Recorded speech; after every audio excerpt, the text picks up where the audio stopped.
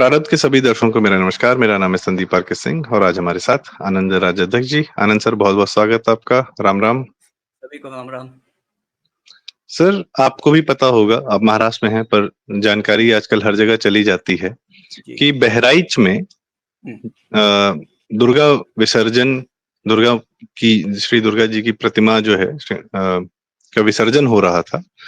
और उसमें जैसा कि होता है, एक बड़ा चलन है कि भावनाएं भड़क जाती हैं। कुछ लोग की भावनाएं बहुत बहुत बहुत सर सॉफ्ट लोग हैं एकदम।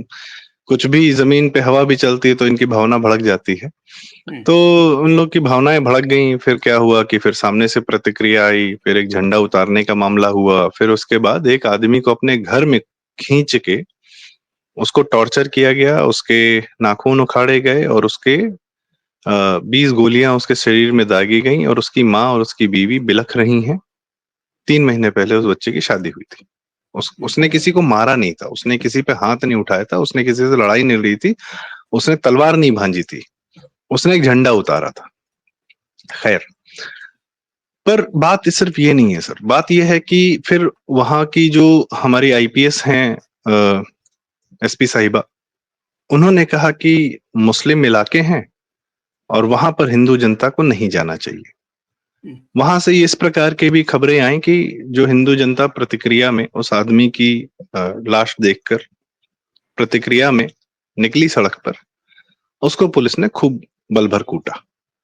ठीक, यह भी एक बात आती है। और हम यह देख रहे हैं कि जो मेन स्ट्रीम मीडिया के जितने न्यूज रिपोर्टर्स हैं, मैं मतलब हमने भी कल एक लिस्ट भी बताई थी, शलभ मणि त्रिपाठी जी ने भी एक लिस्ट बताई थी, मैं आगे जिक्र भी करूंगा। उसमें मुख्य रूप से मुस्लिम पत्रकार हैं। एएनआई का भी, न्यूज एजेंसीज के भी जो लोग हैं वो मुस्लिम्स हैं, तो वो अपने हिसाब से उसको अनुपम मिश्रा ने न्यूज जिहाद कहा था।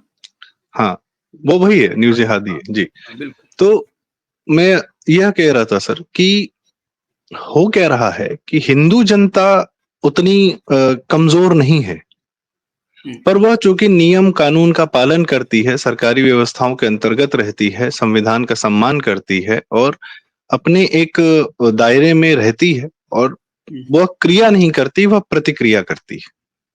वो भी बड़ा रेयरली, वो भी सरकार से जब उम्मीद छूट जाती है तब वो अपनी प्रतिक्रिया पे आती है। उम्मीद तो ये करती है कि भाई योगी राज है, आप जैसा कानून व्यवस्था का पालन कराएंगे हम करेंगे। लेकिन यह जो सरकारी व्यवस्था है सर, सरकार के जो यूपीएससी के आईएएस आईपीएस, मैं देखता हूं कि जिनको ये जिम्मेदारी हिंदू जनता ने दी है और जिनको तनख्वाह जो है हिंदू जनता के टैक्स से जाती है, और ये अधिकार उनको इस हिंदू जनता के माध्यम से मिलता है कि आप जनता पर शासन करें या व्यवस्था करें, मैनेज करें, शांति व्यवस्था बनाए रखें, वो लोग अपने आप को जो है राजा समझते हैं। और यह व्यवहार में अपने व्यक्तिगत अनुभव से भी कह सकता हूँ। ठीक है, मानसिकता वही है जैसे ब्रिटिशर्स इनको अपॉइंट करके गए हैं और आज तक ये उन्हीं लोग की सेवा कर रहे हैं कि मारो इन हिंदू जनता को, जितना कलेक्ट करना है, कमीशन लेना है, सब करो, इधर लाओ पैसा, सारा कलेक्ट करके लाओ, डंडा मार के लाओ, लगान से लाओ, चाहे जैसे लाओ। क्योंकि क्या है, वो आईसीएस जो है, जो ब्रिटिशर्स की सेवा कर रहे थे, वो सारे अधिकारी नेहरू की पूरी कैबिनेट सेक्रेटरी और आईएएस अधिकारी और सब वही थे, एज इट इज, कोई बदलाव नहीं हुआ। ब्रिटिशर्स की सेवा करने वाले जितने लोग थे, किसी पर एक केस नहीं चला, सबको भारत सरकार में नेहरू ने एज इट इज अडॉप्ट कर लिया। तो वही सिस्टम पूरा का पूरा अभी भी चला आ रहा है।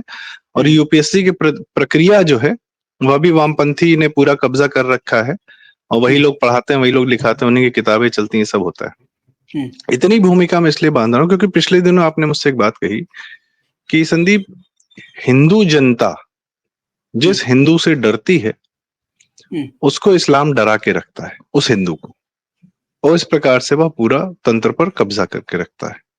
जरा इसको और एक्सप्लेन करेंगे सर, बहराइच की घटना के बहाने से। देखिए, थोड़ी सी तमहीद आपने बांध दी। अब तहमत उठाने के लिए मुझे भी थोड़ी तमहीद बांधनी पड़ेगी। इनकी तहमत उठाएंगे, पूरी उठाएंगे, ठीक है, छोड़ेंगे नहीं कुछ भी। देखिए, बात यह है कि इनका जो तंत्र है, मैं उसे रिलीजन वगैरह कुछ नहीं कहूंगा, जो उनकी ऑपरेटिंग सिस्टम है, क्योंकि वो जिसे दीन कहते हैं ना, दीन का मतलब उनके यहाँ सिस्टम है। वो उसे मजहब कह के हमें क्या है, हमारा रास्ता भटकाना चाहते हैं कि ये मजहब है। मजहब नहीं है, दीन है। और ये उनकी किताब में भी कहा है कि आपका दीन आज मुकम्मल हुआ। आयत है, दीन मुकम्मल हुआ मतलब आपका सिस्टम कंप्लीट हुआ। I have given you the complete system और ये सिस्टम इज कंप्लीट टुडे। ये वहां की एक आयत है, ठीक है? कोई भी देख सकता है। तो सिस्टम जो है उनकी, ये बेसिकली टेरर बेस्ड सिस्टम है। टेरर का मल्टी लेवल मार्केटिंग है ये, स्लेवरी और टेरर का। Slavery is affirmed through terror और ये टेरर का मल्टी लेवल मार्केटिंग है। मतलब स्लेवरी का मल्टी लेवल मार्केटिंग, कॉरस्पॉन्डिंगली वो उसके साथ हाथ में टेरर लेके चलता है। क्योंकि how do you enslave somebody कि वो रिबेल ना करे? Through terror. जैसे गुलामी के बंध तोड़ने से डर लगे, खौफ लगे, तो वो खौफ जो है ना, ये मतलब दीन खौफ है और ये सभी खौफुद्दीन है। ये सभी लोग जो है उनके, ये दीन खौफ है, ये सभी खौफुद्दीन है। खौफुद्दीन कहिए, दहशतुद्दीन कहिए, वहशतुद्दीन कहिए। अब जो रेप होती है ना, जो उसके मतलब अभिन्न अंग जो है, तो आप फहशतुद्दीन भी कह सकते हैं। ठीक है, ये ऐसे सभी लोग हैं। और दुर्भाग्य की बात यह है कि ये टेरर बरकरार बनाए रखते हैं। ये सबसे बड़ी दुर्भाग्य की बात है। मतलब हमें इस बात का समझ नहीं आता। और इनका एक पर्टिकुलर बात है, देखिए यहाँ एक हिस्ट्री की बात कहता हूं। अपने राजा लोग जो लड़ने जाते थे, उन्होंने कभी इनका सिस्टम समझा नहीं। इनका नेता हमेशा पीछे रहता था, वेल गार्डेड। मौत से डरते नहीं, कहने की बात है, ठीक है। पुलिस वाले के डंडे से डरते हैं, मौत बाज की बात है। तो पीछे पीछे खड़ा रहता था नेता उनका हमेशा। यही उनकी परंपरा भी है। वो परंपरा का मैं अभी विस्तार में नहीं जाऊंगा, किसी को बहाना नहीं देने चाहता मैं,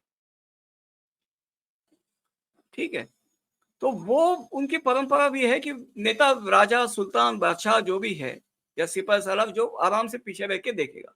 लेकिन हमारा राजा या हमारा सेनापति, हमें ये मूर्खता है कि नेता हमारा नेतृत्व करे। नेतृत्व कैसे? तो आगे चल के नेतृत्व करे। ये हमारी मूर्खता रही है, मूर्खता। मैं उसे मूर्खता ही कहूंगा। क्योंकि उन्होंने जब ये देखा तो उन्होंने उस नेता को हरावल दस्ते द्वारा चिन्हित करके मारने की एक सिस्टम विकसित की। और वो बड़ा आसान टारगेट होता था। जब वो नेता मारा जाता था ना, पूरे सब भाग जाते थे।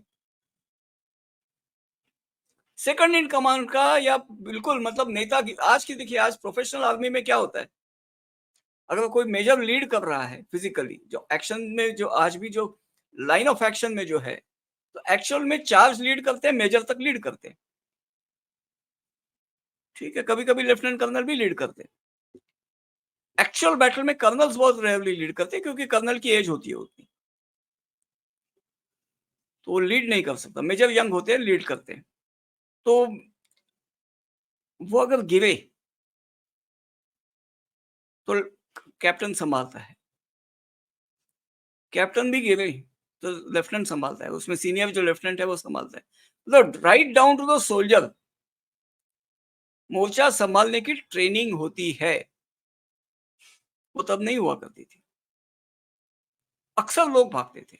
शायद ही कोई प्रसंग होंगे जहां पे किसी ने मोर्चा संभाल कर, मतलब नेता गिरने पर मोर्चा संभाल कर लड़ा था। नहीं तो पानीपत होता था, हेमू वगैरह सब जगह यही हुआ है। तो उनके सिस्टम क्या है कि ये हिंदू जो है वो एक नेता चुनते हैं, उसकी सारी बात मानते हैं, उसी को या तो मारो या मौत के डर से डराए रखो। ये उन्होंने सिस्टम विकसित की है। हमारी मूर्खता है कि हमने इस सिस्टम को विकसित होने दिया। क्यों? अपना ईगो। ये हमारा ध्येयवाद नहीं, श्रेयवाद है। ध्येय की बात करते हैं, लक्ष्य श्रेय पर रहता है कि श्रेय मेरा कोई बांट न ले। आप देखिए उनके डिबेट्स में भी जो लोग आते हैं ना, वो आपसे बात करेंगे। लेकिन डिबेट में आपने कुछ बोल दिया तो डिबेट खत्म होते ही आपको लात मारने वाला भाव खड़ा होता है, आपके लिए कोई खड़ा नहीं होता। वो कुछ भी बोल दे आपको, आपके देवी देवताओं पर वगैरह कुछ भी अनर्गल बोल दे, मनगढ़ंत भी बोल दे, या ऐसे भी अनर्गल बोल दे, आपने उनके ग्रंथों में से प्रमाणित भी कुछ बोल दिया ना, तो भी आपको लात क्या, उससे भी बाहर, उससे भी और कुछ करने वाले लोग बाहर खड़े होते हैं, उनके आपकी जिंदगी मुश्किल कर देते हैं। हमारे यहाँ वो व्यवस्था नहीं होती। क्यों व्यवस्था नहीं होती? क्योंकि इन्होंने हमको डरा के रखा है कि भाई आप ये करोगे तो आप अच्छे बच्चे नहीं कहलाओगे।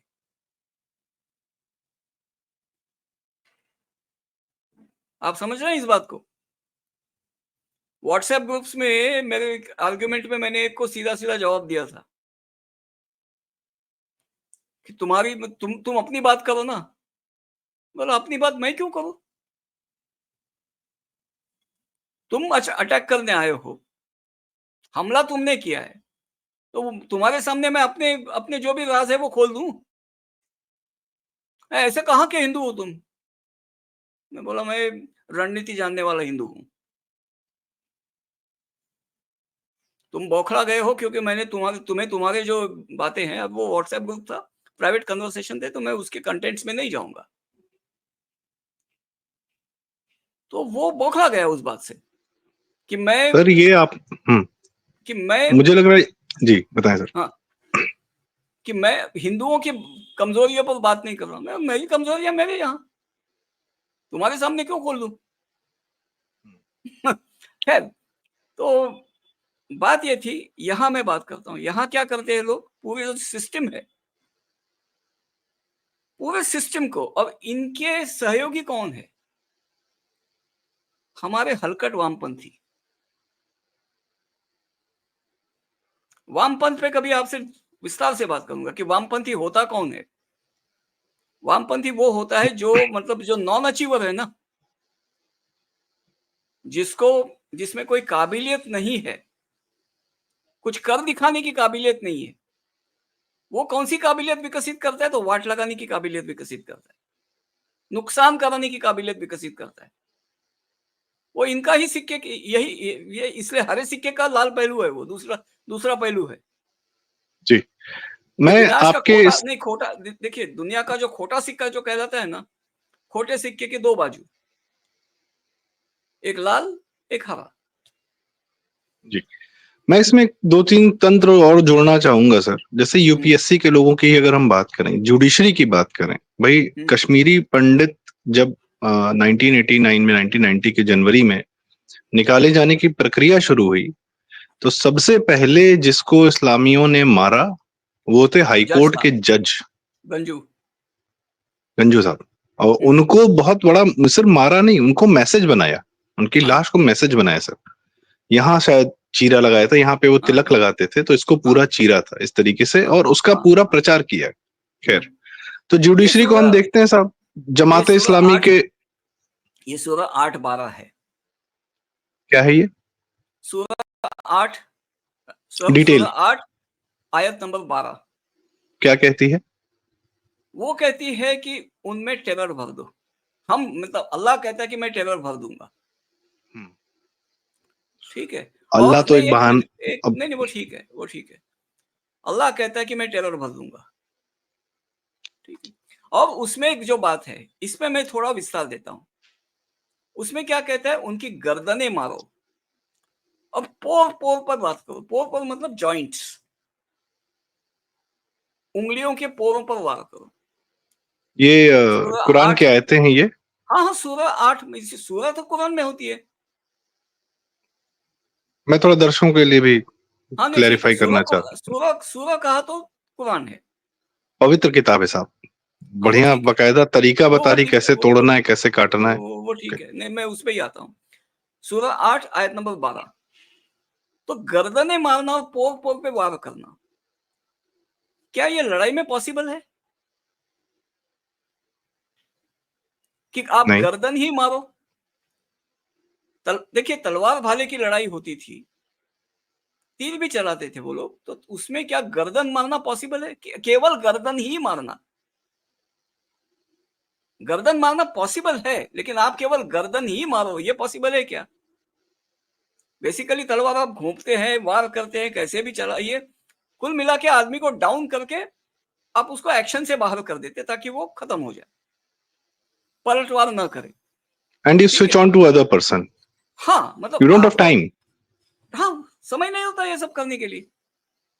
तो आपके पास अगर गर्दन ही मारने, मतलब वार आपका ऐसा ही जाए कि आप गर्दन ही मारे, ये तो संभव नहीं होता। हो सकता है गर्दन मार सकते हैं, ऐसा नहीं कि नहीं मारी जाती गर्दन। मैं लेकिन सर, मैं एक थोड़ा मिनट, विषयांतर हो रहा है नहीं नहीं, जी। एक नहीं, विषयांतर नहीं है, मैं उसी पे आता हूँ। ये एक बात हुई, और दूसरी बात है, उंगलियों के पोर क्या पॉसिबल है? जब गर्दन मारना, एक्सक्लूसिवली गर्दन मारना पॉसिबल नहीं है, तो उंगलियों के पोर काटना पॉसिबल है? तो बहराइच में यही तो किया है सर, नहीं, एक सेकंड, नाखून तो उखाड़े हैं नहीं टाइम हाँ, लेके। नहीं नहीं नहीं, तो वही बात है। तो क्या है कि ये लड़ाई के नहीं है, लड़ाई में जिनको आप बंदी बनाओ उनके साथ ये कर सकते हैं आप, नहीं तो नहीं कर सकते। बीच लड़ाई में आप ये नहीं कर सकते, बंदियों के साथ ये कर सकते हैं। मतलब ये टॉर्चर का वहां एडवाइस है, क्लियर कट है, ठीक है। वो दिख तो ये मतलब टेरराइजिंग का एडवाइस है, this is an ji, advice to हम गंजू जी टेरराइज। की बात कर रहे थे, हम जुडिशरी की बात कर रहे थे नहीं कि तो इट वाज अ ये, मैसेज सेंट हाँ, और एंड इट दूसरी वाज एक अ गलत है। Message received by the judiciary, that is why हाँ, जमाते इस्लामी इनका जो नेटवर्क है, जो आतंकवादियों के केस लड़ता है, जो जहांगीरपुरी के कबाड़ी अंसार का केस लड़ता है जहां से मस्जिद से पत्थरबाजी हुई थी, और उसको सुप्रीम कोर्ट तत्काल सुन लेती है। हल्द्वानी के अरे भाई, बुलडोजर चलने का केस सुन लेता है, नहीं जमाते सुन इस्लामी लेती। पूरे देश में बुलडोजर न चलने की वकालत करता है, वो केस सुप्रीम कोर्ट तत्काल सुन लेता है। कहने मतलब जुडिशरी, हमारा आज का मुद्दा सर वो इस्लाम तो है, हमारा आज का मुद्दा वो हिंदू है, जो हिंदू जनता और इस्लाम के बीच में इस्लाम के लिए ढाल बन के खड़ा है, और वो देखिए, जुडिशरी में है, हाँ, वो यूपीएससी में है, वो मीडिया में है, और वो अखिलेश यादव, तेजस्वी यादव, मुलायम ये सिंह यादव, इस प्रकार के ये नेताओं में है। ये सभी जो है ना, इनको मैं एक नाम देता हूँ, जी पॉपुलर है, मैंने लिखा हुआ है उसके ऊपर, वो नाम फिर सोशल मीडिया में काफी पॉपुलर है, लेकिन जी। आपके चैनल पर भी कह देता हूँ, इनको मैंने नाम दिया है सिपरुद्दीन। सिपर पर्शियन शब्द है, इसका मतलब है ढाल। तो आप इस्लाम में, मतलब मुसलमानों के नाम सुनेंगे तो सैफ का मतलब होता है तलवार। अब जो योद्धा तलवार से लड़ता है, वो, उसको ढाल तो चाहिए, बिना ढाल के कैसे लड़ेगा? ठीक है, तानाजी मारे क्यों गए? क्योंकि उनकी ढाल टूट गई उदयभान के वार से, तो उसका प्रभाव उन तक पहुंच पाया, नहीं तो दोनों बराबरी के थे।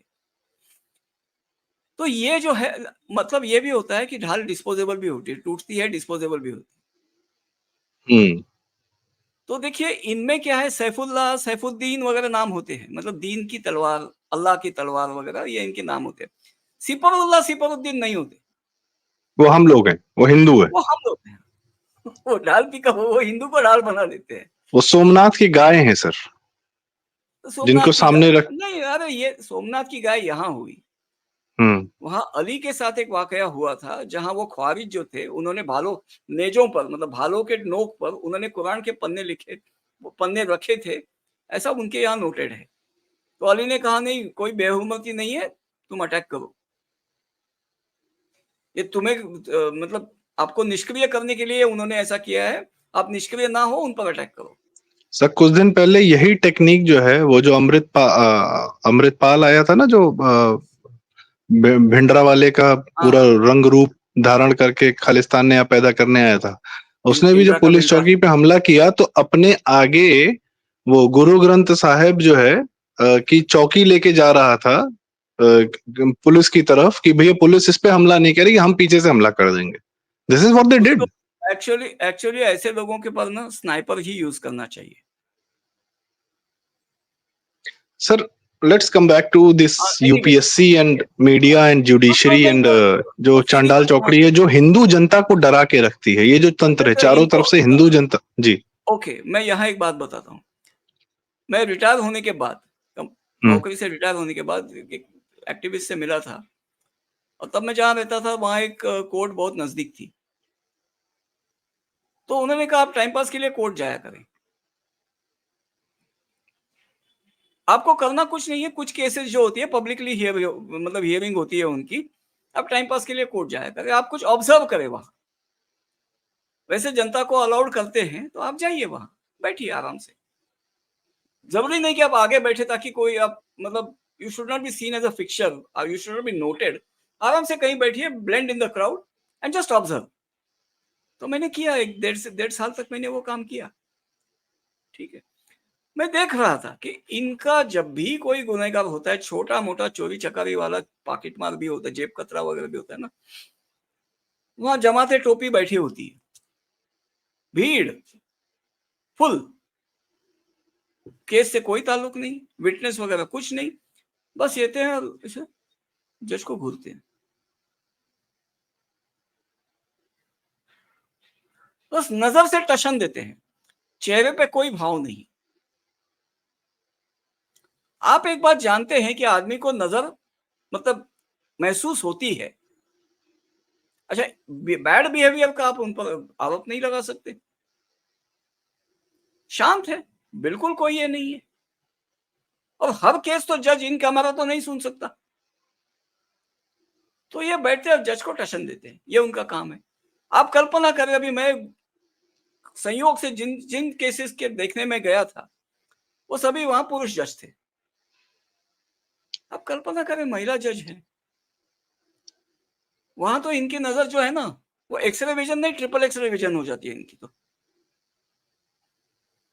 ये तो आप जानते ही हैं, अभी जाकिर नाइक ने कहा भी है ना कि महिला सामने है और पुरुष के मन में हलचल न हो तो उसको डॉक्टर को दिखाना चाहिए। मतलब उसने बात साबित कर दी कि कई इनका कोई आदमी अगर सामने है तो कोई भी महिला सेफ नहीं है। और मैं तो कहूंगा कि गुड़िया से बुढ़िया तक कोई सेफ नहीं है इनके सामने। ये वाक्य ध्यान रखिए कि गुड़िया से बुढ़िया तक कोई सेफ नहीं है इनके सामने। अगर इनकी ये एटीट्यूड है तो गुड़िया से लेकर बुढ़िया तक कोई सेफ नहीं है इनसे। ये हिंदुओं को ध्यान And this रखना is the चाहिए। way of life that they are offering to everybody, every one of us. This is what they have to offer. No, this is the way of life they have to offer to their community कि आप ऐसा रह सकते हैं और पूरी community आपको backup करेगी। तो आपको इम्यूनिटी, ये कम्युनिटी ऑफ इम्यूनिटी है भाई, ये कम्युनिटी नहीं इम्यूनिटी है। ये कम्युनिटी की इम्यूनिटी देते हैं सभी मिसक्रिएंट्स को, ये कम्युनिटी इम्यूनिटी देती है। इसमें मैं एक और जो नहीं, यहाँ मैं आपने एक सेकंड, यहाँ मैं एक आपको बात बताऊंगा। आधे घंटा का करते हैं ये, हाँ, ठीक है, 22 मिनट हो गए, इसको आधे घंटे का करते हैं। 5 मिनट में ये किस्सा बताता हूँ। मेरे एक मित्र थे जिनके बड़े भाई मालाड में, मुंबई मालाड में एक सिनेमा हॉल होता था, न्यू एरा सिनेमा करके, उसके मैनेजर थे। तो उनके घर एक बार वो आए थे, तो उन्होंने बताया कि हमारे एरिया में गुंडा था जिसका नाम था नंदू। तो ये नंदू के लोग अक्सर थिएटर में घुस जाते थे, फोकट में सिनेमा देखते थे। अब ये परेशान हो गए, भाई कितने लोग नंदू के हैं। तो एक बार उन्होंने नंदू को फोन करके बुला लिया। नंदू पहचान, नंदू भाई आ जाओ जरा यार, तुम्हारे कितने आदमी है, जरा एक बार आके देख तो लो। तो ऐसे ही वो नंदू बैठा था चाय पीते पीते एक के साथ। तो मैं वो डोर कीपर कहने आया, साहब एक जन आया है, बोलता है मैं नंदू का आदमी हूँ। तो नंदू गया उठकर देखने, उसने पहले बताया नहीं। हाँ भाई क्या है, क्या है, हमको देखना है सिनेमा, टिकट जानता नहीं, मैं नंदू का आदमी हूँ। नंदू ने कॉलर पकड़ के एक रैपटा मारो, गाली दिए, मैं ही नंदू हूँ तू समझ रहे हो आप? तो इनका बेसिक फंडा यही है कि जो टोपी है और जो बड़े भाई का मतलब जो ये जो है ना, ये भी एक वर्दी है जो करती दहशतगर्दी है। लाइन देता हूं कि ये भी एक वर्दी है जो करती दहशतगर्दी है। बड़े भाई का ये आंखों में सुरमा, मुंह में पान और ये वो सब जो है वो भी एक वर्दी है दहशतगर्दी की। तो ये इनको इनको जो इम्यूनिटी मिलती है, इसके वजह से ये आपको संदेश देते हैं कि आपके आसपास कोई भी है तो आप सेफ नहीं है। सर, आप इस वर्दी पर मुझे एक लाइन कुछ दिन पहले सुनने को मिली, मेरी वाइफ ने ही बताई। हम लोग जा ही रहे थे गाड़ी से, अपना दिखा कि इस एक इलाके में सब पहन के ही निकल रहे हैं, टहल रहे हैं, लखनऊ है तो खैर। तो उसने बड़ा मासूम सा सवाल पूछा कि ये घर में भी यही पहन के रहते हैं क्या? ठीक है। तो कहने का मतलब है तुम बाहर पहन के निकले, उसका मतलब यू आर ऑन ड्यूटी। हाँ, यू आर पार्ट ऑफ घर एन में तो पहन आर्मी। के नहीं रहते हो। ये यूनिफॉर्म है भाई, वही तो बोला ना, हम्म ये भी एक वर्दी है जो कर, या यूं कहिए कि यही एक वर्दी है जो करती दहशतगर्दी है। हम्म मैं वापस इस पे आ रहा था sir. Let's come back to our point and try to wrap control, या दिस कन्वर्सेशन अराउंड कि यूपीएससी, आईएएस अधिकारी, पीसीएस अधिकारी, engineers, police of course and लोगों ने इनमें जाने के लिए, ये लाइंस में जाने के लिए लोगों ने जिंदगी लगाई होती है और कई जगह बड़ी पूंजी भी लगाई होती है। They don't want to lose it. अगर ये नहीं तो कम से कम उनके लेफ्टिस्ट जो सुपीरियर्स है, उनके मार्फत उन लोगों की लंका लग सकती है। उनको पता भी नहीं चलेगा किस वजह से होगी। मैं तो कहना सर, वामपंथियों की जो चुनने की प्रक्रिया है, ये यूपीएससी में किस मानसिकता के लोगों को चुनते हैं, बड़ी मुश्किल से। आप देखिए सर, आईएएस अधिकारी में कहा जाता है कि इक्का दुक्का ईमानदार निकले, बहुत रेयर, अरे बहुत बढ़िया आदमी निकले तो जनता उसे के। शोकेस ये करते तो हैं ना। नॉर्म होना चाहिए ना, ये एक्सेप्शन क्यों है? इसका मतलब तुम्हारी चुनने की प्रक्रिया में प्रॉब्लम है या ट्रेनिंग की प्रक्रिया में प्रॉब्लम है कि 100 में से एक आदमी अपना जीवन कुर्बान करके जनता की सेवा कर रहा है, या एक भी शायद 100 में से निकलेगा कि नहीं पता नहीं। वो नहीं, एक मिनट, वो क्या है ना, वो या तो गलती से चुना जाता है या डेलिबरेटली चुना जाता है ताकि एक दिखाने के लिए शोपीस हो। हाँ, वो भी है कि भाई हमने ढंग के आदमी चुने, and rest of the persons are just following up the orders of the great bosses and the, मतलब of course this particular segment. और ये सर, मैं बताऊं, मैं 2016 में अखिलेश यादव की सरकार में मैं नगर विकास विभाग में गया था, क्योंकि मेरा पानी से संबंधित काम है। मैंने एक प्रेजेंटेशन देने गया था। आप सोचिए सर, सूचना विभाग नहीं था, वो नगर विकास विभाग था। एक मौलाना साहब आए, 4 पन्ने का एक बहुत ही थर्ड क्लास पेपर पे उर्दू में लिखा हुआ एक अखबार लेके आए। उस विभाग का मंत्री कौन था? आजम खां। आए, बैठे, 2 मिनट बैठे रहे। साहब ने उनको देखा, फिर किसी को बुलाया, बोला कि यार इनका वाला जो है महीने का कर दो। तो नगर विकास, ये प्रोसेस से ही हो रहा था। तो वो बंदा हर महीने आके बैठ के 80,000 रुपये लेके जा रहा था। वजीफा 4 पन्ने का अखबार साहब ये लाए हैं उर्दू का। क्या क्या सरकार से था? पैसा कैसा लेना है? हाँ नहीं, किस लिए पैसे मिलते थे? सर, अखबार होता क्या है ना निकालने कि के? हर विभाग का अपना एक सूचना का या प्रमोशन का कुछ बजट होता है, ठीक है? तो वो बजट किस पे खर्चा करना होता है, ये अधिकारी का विषय। उसको वो कुछ कानूनी रूप से गलत नहीं कर रहा था, बट मैं द समझ रहा पॉइंट हूँ। इज कि यही काम क्या है कोई हिंदू जाके कर सकता है कि 4 पन्ने की हम सब पत्रिका निकालते हैं, हम अखंड ज्योति निकालते हैं, तो हमको कुछ एडवर्टाइजमेंट दे दिया जाए, कर दिया जाए, कर अच्छा अच्छा, मार के भगा सरकारी। दिया जाएगा हिंदू। हाँ ठीक है। मैं अब सर इसमें मैं रैप अप करना चाह रहा था। वेडनेसडे फिल्म का एक नसरुद्दीन शाह, ऑफ कोर्स वो भी उसी, वो सैफुद्दीन ही है, वो इस्लाम की तलवार लेके घूम रहे हैं आजकल, सब पे काट रहे हैं। वो आईसी नासुरुद्दीन 814 है, पे। वो नासुरुद्दीन है वो। हाँ, नासूर उद्दीन है, सही है, सही है। खैर, लेकिन वेडनेसडे फिल्म जब बनी, अच्छा उसमें क्या, सामने अनुपम खेर, वो हिंदू के, चूंकि कश्मीरी पंडित अपना दुख दर्द बयां करते हैं खुद, मतलब एक उन्होंने भी अपना एक एजेंडा क्या, उन्होंने सत्य की लगाम थाम रखी कि ये सच है और मैं जो हूं सो हूं, यही हूं। कश्मीर फाइल्स में उन्होंने जो काम किया, अपना दुख दर्द, अपनी पूरे समाज का दुख दर्द बयां किया। वहाँ एक्टिंग तो नहीं की पॉइंट उन्होंने। इसकी, हाँ वहाँ एक्टिंग नहीं की उन्होंने। हाँ, वहां एक्टिंग नहीं की, वहां जिया। हम्म, तो लेकिन मैं वेडनेसडे फिल्म की बात करते, अंत में ना नसरुद्दीन शाह का जो बहुत लंबा सा दोनों की कन्वर्सेशन है, बड़ा फेमस सीन है, उसमें एक मोनोलॉग है, उसमें वो बोलता है कि आप अधिकारी हो ना, जैसे ही आपको पता चला कि मैं आतंकवादी नहीं हूं, एक आम आदमी हूं, आपकी आवाज में एक दम आ गया है। अब आप समझ रहे हो कि अब आप मेरे को निपट ही लोगे, ठीक है? जब तक मैं आतंकवादी के तरीके से बात कर रहा था तो आपकी आवाज में डर था, भय था। अब ये सब नसीरुद्दीन से बेहतर कौन जानता है? तो ये जो लिखा गया ये सच है।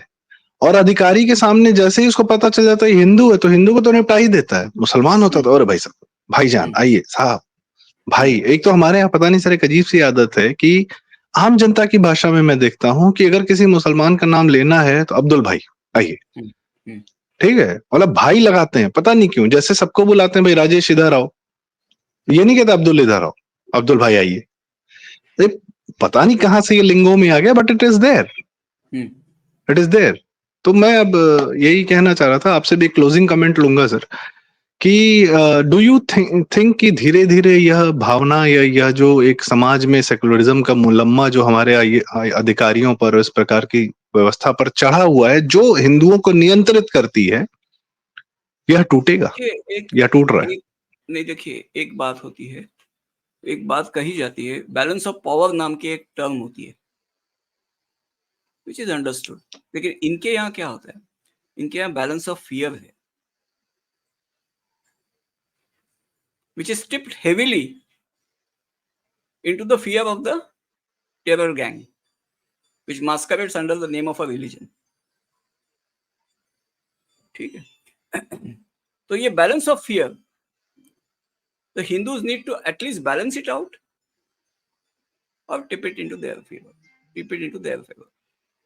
ये जब तक नहीं होगा, ये टेरिफाई करते रहेंगे।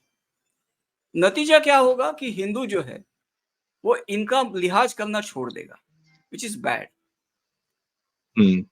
Authority losing authority, authority losing respect, a population losing respect for authority is bad. तो हिंदू इनके लिए लिहाज छोड़ दे, ये बात गलत है। तो कम से कम हिंदू ये करे कि इनका डर जो है वो खत्म करे, कम से कम यह तो करे कि भैया तुम हमारा लिहाज तो करो। नहीं, इनको जो डर है, देखिए ये डरते हैं। आज देखिए राम मंदिर जितना ओपन एंड शट केस इतना समय क्यों लिया? सीजीआई के लेवल पे आ गई थी, चीफ जस्टिस या बाकी कोर्ट में भी सीजे लेवल पर आ गई थी। तो सीजे जो होता है ना, वो रिटायरमेंट पर आया हुआ आदमी है, करियरिस्ट है। उसके बाद उसको रिटायर करना है, नाती पोतियों के साथ एंजॉय करना है, या कम से कम लाइफ एंजॉय करनी है। उसको कोई बोर्ड्स वगैरह में जाना है, आर्बिट्रेशन वगैरह, ट्रिब्यूनल वगैरह, कहीं कहीं अपनी जिंदगी चालू रखनी है, ह्यूमन राइट्स में जाना है, कहीं भी है, जो भी है, अपनी व्यवस्था रखनी है, अपनी व्यवस्था लगानी है, या फिर ना कम से कम लाइफ एंजॉय करनी है। एक और चीज, दिल्ली में जो बंगला मिला है लुटियंस में, वो रिटेन करना है, दिस वे दैट वे, चाहे जैसे। वो मैं एक बेसिक प्रश्न पे आता हूँ। He is a grandfather or about to be a grandfather, तो he wants to retire, he wants to enjoy his old age. और आपको पता है ये लोग जो हैं आपसे दुश्मनी आपसे ही नहीं निभाते, उनको कोई आपके विधि बच्चों, निषेध आपकी नहीं है, पीढ़ियों से उनको कोई अगली। विधि निषेध नहीं है, इनको कोई विधि निषेध नहीं है। वो हाँ, एक लड़के के माँ बाप को जो उसके साथ संलिप्त है गुनाह में, उनको भी आपने उठा के लाया तो भी बवाल कर देंगे कि उसके बूढ़े माँ बाप को उठा के ले आए। हालांकि माँ बाप भी पूरी तरह से वाकिफ है गुनाह से, फिर भी बोल देंगे कि बूढ़े माँ बाप को उठा के लाए, वो सब नौटंकी करेंगे। ठीक है, लेकिन यहाँ ये किससे ये करेंगे? देखिए, the only thing you have to fear is fear itself. तो ये बात ये जानते हैं। आपको, आपके साथ मैं कभी ब्रिगेडियर जनरल एसके मलिक की कुरानिक कंसेप्ट्स ऑफ वॉर, हाँ, ये डिस्कस करूंगा, जहाँ टेरर को जिस तरह से उसने समझाया है कि terror is an and in itself, it's not a means, it's an and in itself. कि एक बार विक्टिम को टेरिफाई कर दिया तो जो हम निर्णय ले उसके सामने सर झुकाना ही उसका वो खुद का मतलब ही एक्सेप्ट्स दैट, और ये टेरर पैदा करना यही हमारा एंड होना चाहिए। हम बंगाल में यही देखते हैं सर। नहीं, एक सेकंड, दैट बुक, वो किताब इस्लामिक कंट्रीज में वॉर मैनुअल की तरह से, मतलब उनके मिलिट्रीज की पढ़ी जाती है, रॉयल कॉलेज और royal military college of Jordan वगैरह, वहां वो टेक्स्ट बुक।